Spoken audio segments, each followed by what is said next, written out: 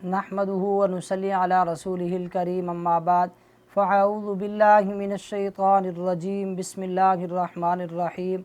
मोहतरम सामिईन अस्सलामु अलैकुम व रहमतुल्लाहि व बरकातुहू। नाज़रीन, आज की इस वीडियो के अंदर हम बात करेंगे ख्वाब में बच्चों को देखने के हवाले से। इसकी मुख्तलिफ़ सूरतें और मुख्तलिफ़ ताबीरें हैं।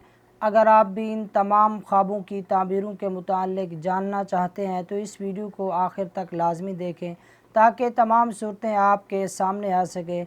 तो चलिए चलते हैं अपने आज के अहम मौजू यानी ख्वाब में बच्चों को देखने के हवाले से।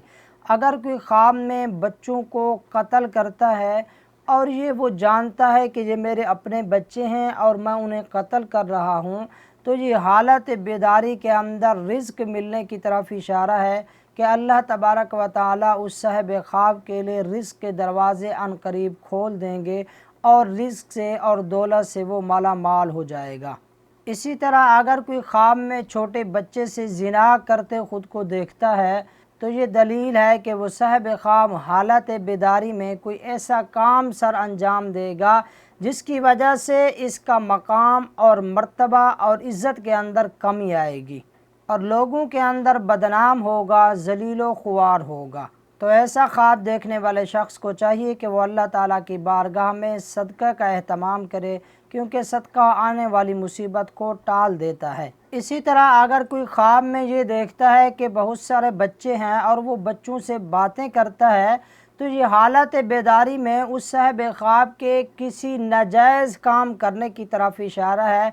कोई ऐसा नाजायज़ काम करेगा जिसकी वजह से उसे ज़िल्लत और रुसवाई उठानी पड़ेगी। इसी तरह अगर कोई ख्वाब में बच्चे की गर्दन को देखता है कि वो पत्थर जैसी बन गई है, तो ये दलील है कि उस बच्चे पर नज़र बद लग गई है कि किसी की नज़र बद लगी है, तो उस नज़र बद का इलाज करना चाहिए। इसी तरह अगर कोई ख्वाब में देखता है कि वो बच्चों को तालीम दे रहा है, बच्चों को पढ़ा रहा है, तो ये उस साहिब ख्वाब के दुनिया के अंदर सच्चा साबित होने, मकाम और मर्तबा मिलने, दौलत के अंदर इजाफ़ा होने की तरफ इशारा है।